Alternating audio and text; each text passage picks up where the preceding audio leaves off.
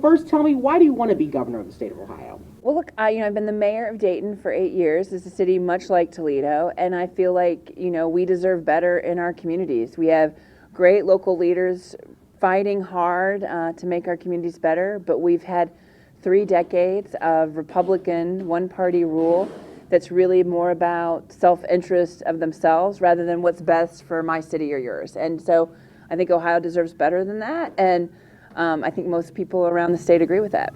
What are some issues you want to combat if elected?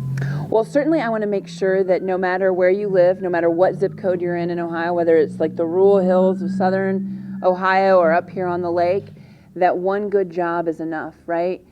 Too often we see people in my community and others working 2 jobs, trying to make ends meet, still having to go to the food bank to provide for their kids. It's un-American, it's un-Ohioan, and we have the best workforce in the world. They should be compensated and treated with respect for doing that work. That's really, I think, the cornerstone of what Ohio is about. I also think we need to really invest in our small businesses and entrepreneurs, because that's where we're going to grow the next, Jeep, right? Yeah. We're going to grow the next company that comes. We can't steal that from someone. We have to grow our own. So I think that's really, really important. And then I also want to make sure that young people like you, Jaden, actually stay, to have a choice to stay in our communities. Like, I love that people get choices of the entire world as young people, but some people want to live near their families and their parents and their grandparents. And when they can't get a good enough job to do that, they have to go somewhere else, and that causes immense pain for their families. We want to make sure that people have good choices in the hometowns that they've been grown up in. One question voters are going to be asking themselves is definitely about the pandemic and the impact it's had on them. So as we're coming out of this pandemic, emerging from it, what are some things that you want to be able to do to aid in Ohio's recovery? Well, certainly we need to make sure that our young people get the education resources they need. It's been, I think, frankly, emotionally and socially the hardest on young people, and probably our seniors, right? So someone like me that's married, has a dog and a cat, like, we're okay, we can figure it out. It's been hard. But if you're a kindergartner and you've never gone to school for a year, and then that's, you're behind on even the social well-being, that puts you behind both on your education and how you relate to people. And that's going to have an effect long term, right? Or if you're a senior and you're so nervous about the pandemic because you're under, your immune system isn't as strong, even with the vaccine, you can't really get to see people, and that affects your long-term quality of life. So we need to be honest about that coming out of the pandemic.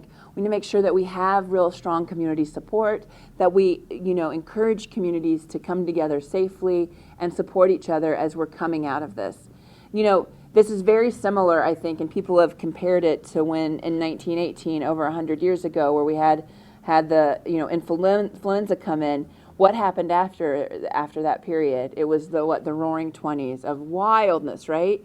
And I think we could see something like that, but we want to make sure that, in the 20s we saw incredible inequity too. We can learn from that mistake and make sure that we give everybody opportunities so we don't have wild inequities coming out of this pandemic.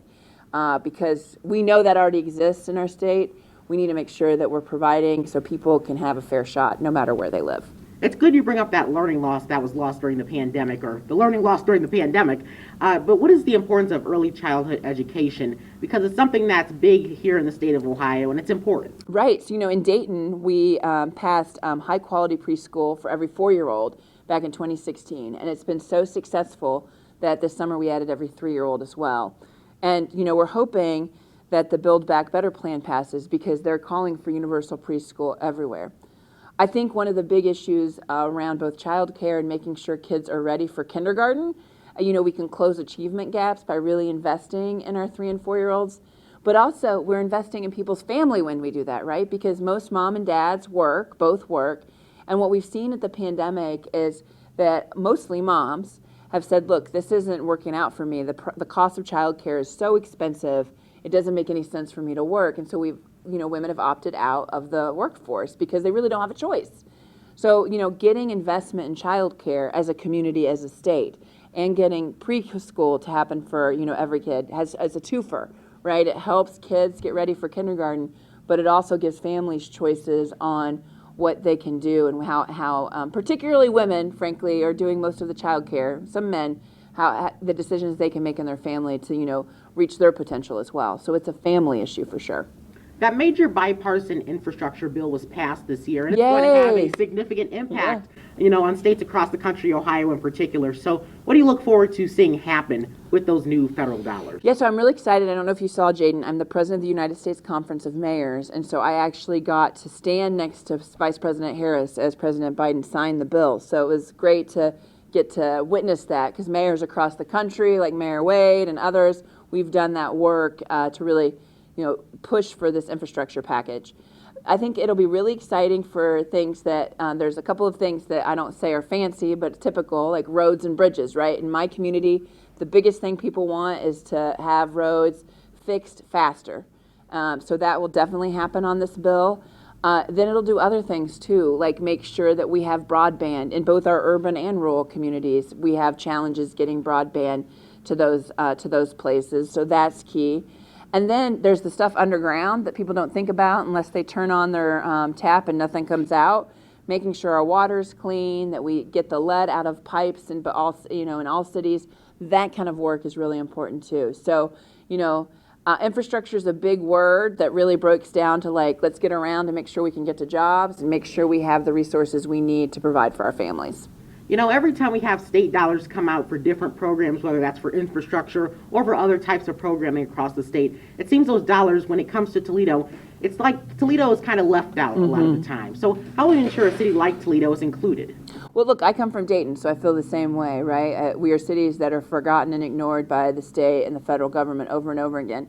And that's one of the reasons why I decided to run for governor. We need mid-sized cities in our state to be invested in, not taken from, and that's what's been happening over the past few decades with this the extremists at the State House, right? So I think that's really important. It's about being focused about these communities. I was talking to somebody about making sure to the federal government, saying hey, we need to make sure with this infrastructure money that it gets to mid-sized and smaller communities. Of course, the big fancy cities are going to get their money, but as a Dayton person, I want to make sure that places like Toledo and Akron and Lima and Dayton are included. And he said, well, Nan, you're running for governor now, so you'll just say that all the money should go to the state. And I said, no, I'm running for governor because I want local communities to have the funding they need. And that's what this is about. I see on the ground how hard everybody has to work, and they do amazing work, right? It's amazing what local elected officials do. But they're not getting. I imagine what it could be like if they actually got the support and the investment from the state and feds. It could be changing for these communities, and that's really what drives me into it, Jaden. I mean, you've traveled the country, right? And I talk to people on the coast, and they are really obtuse. I would use the word about most of us that are living in the middle of the country. And these are great places where our families live with great quality of life. And we deserve the dignity of having funding and support from the state and federal government. And that's the drive that I'm in this governor's race to make happen. It's what I've tried to do as president of the Conference of Mayors, because these are great places. But we need to have the same kind of support that, big fancy places get to. You brought up the State House and the dollars that are coming out of the State House. But another thing that's happening in the State House is redistricting. So Ohio's congressional districts, they were redrawn. And State House districts, right? Yes. And it's definitely had an impact on people, and some aren't pleased with them. What is your take on them? Well, I think you can look here what they've done to Representative Capter's district, longest serving woman in the history of the State House, making this district pretty different. It was bad before, right? Because she went all the way to Cleveland. So what they've done to Toledo the past 2 times has been pretty tough. Look, right now, this past week, the NAACP and the League of Women Voters appropriately sued the Redistricting Commission to say these are unconstitutional, because a few years ago, Ohioans went to the ballot box and said, here's how we want our lines drawn. We just want fair districts, we want fair shots. It's not like Democrat or Republican, just fair, right?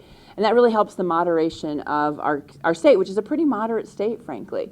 And so instead, the Redistrict Commission paid no attention to any of this and did what they wanted to do. I should mention 72% of Ohioans voted for that. That's a huge number for Ohio. And the extreme politicians that have been in charge forever at the State House said, oh no, we don't need to do what the people want, because that's what they've been doing forever, right?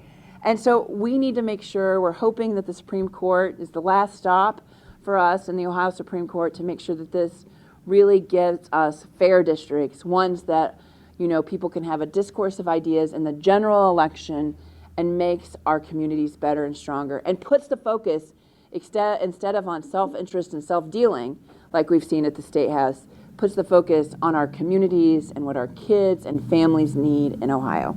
As we get closer and closer to the gubernatorial election, what are some things you want voters to know about you, and what are some things that you hope to make change for in Ohio? Right, so I want voters to know that I think we deserve better, and we deserve a governor that is not a millionaire. I'm the only candidate for governor that comes from the middle class and a working class, so I understand intimately what's going on in lots of communities. It's not something far away. I live in a working class neighborhood in the city and love it. That's what makes our communities and our state go. So we need a governor that understands that and is really willing to work to make people who work every single day have dignity and have opportunities for their kids and families. We need a governor that is not complicit in the biggest, scandal in Ohio's history, which is this first energy utility scandal that is literally, we're paying every single month a corruption tax on our electric bill. We need a governor that will really invest in our young people and our communities to make sure that we have the kind of Ohio that can really grow in this new economy. The challenge for Ohio is, over the past, 30 years ago, Ohio was at the top of good lists and on the bottom of bad. And if you look now, it's the other way around. We deserve better than that. Our people are the best workers in the world. They deserve to be invested in. Nan Whaley, Democratic candidate for governor in the state of Ohio. Thank you so much for your time. Jaden, thank you. Great interview. Thank you.